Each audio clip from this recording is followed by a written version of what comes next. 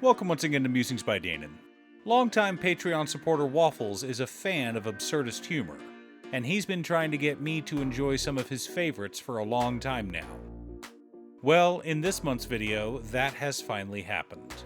Waffles asked me to read and do a video on the Invincible Reincarnated Ponkotsu, and it is an absurdist Isekai manga. Well, Waffles has finally done it. He found an absurdist series that I actually enjoyed. Let me tell you why. But real quick, and I know it's annoying to keep hearing this, but statistically if I don't ask you to like and subscribe, the video gets fewer subscribers. Oh, one more announcement before we get started. I'm streaming on Gaming with Danon as well as Twitch. It'll mostly be Final Fantasy XIV, but you're more than welcome to pop in and talk about manga. Honestly, about half my streams are talking about manga, anime, or Commander. In most Isekai, main characters are granted abilities to help them survive the new, harsh world they find themselves in. Sometimes they get a class, sometimes they get to choose their abilities. Sometimes they can learn magic. Other times they are given access to a single special ability. But what I found fun about the Invincible Reincarnated Ponkotsu was how the abilities of the three main characters tied directly to their abilities in their past lives. Let me explain. First of all, you have Sanae Kondo, the unbelievably strong childhood friend of Shoto Kondo. She is strong enough to crack ribs with a hug and regularly breaks things that should be unbreakable. Next up is her childhood friend, the previously mentioned Shota. Shota is able to not only survive being friends with Sanae, he does so mostly unharmed. This is because he's gotten good at dodging. But when he does get injured, the third member of their group, Kana Funami, is there to comfort him. In fact, her chest is where he draws comfort from.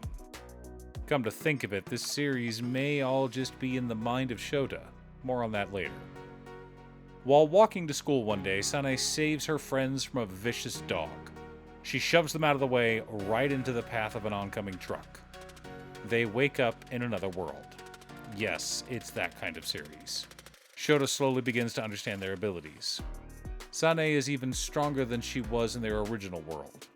Instead of destroying things, she can rip open the earth itself, causing enemies to fall into the chasm, and then smash it back together. Yes, it is grotesque, so you get the censor bar. And Shota is now able to dodge any attack he knows is coming. And by any attack, I mean every attack.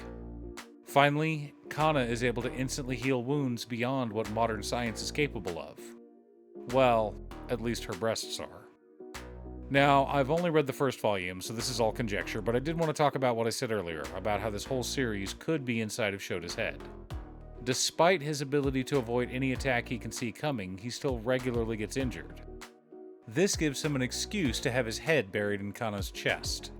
I mean, who else would think up the idea of magical healing breasts other than a teenage boy?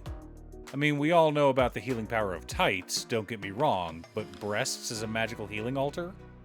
To add to that, Shota constantly calls Sanae clumsy, and in this new world, her power only activates accidentally.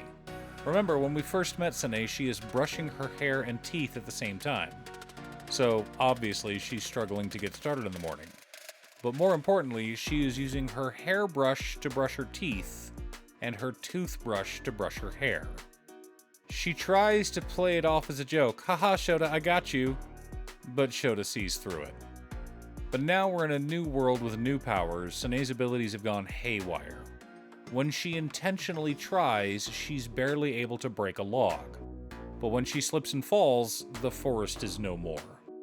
Fortunately, Shota is a fairly smart kid, so through trial and error, he's able to put Sanae to use. He's also able to use Kana's breasts. A lot. But he's a teenage boy, so who can blame him? Have you read the Invincible Reincarnated Ponkotsu? What did you think of the series? If you'd like a copy of your own, click the link down below. Thanks for tuning in. Once again, a huge shout out to my editor Cutestuff. I couldn't make these videos without her. If you'd like to hire her to edit your own videos, she can be reached at cutestuff.edits at gmail.com. Link is down below. If you're looking for ways to support the channel directly, you can head on over to patreon.com/Danon. There are several tiers to choose from. You can pick an anime or manga for me to do a video about, or you can join our monthly manga club. I also wanted to give a quick shout out to all of my patrons. Waffles, Jiraiya, Muffins, Marcus, Brett, Roxy, Alix, Borgi, Conga, Robert Pye, Kazaris, Patrick, Tiz, Art, Richard Sint, Boomy, Oscar, Justin, Golden Walker, Captain Hammer, Yori, Sleech, and Zach. You guys are awesome. I post anime or manga videos often, or you can click here to watch additional videos. Again, thanks for watching, and I'll see you all again next time on Musings by Danon.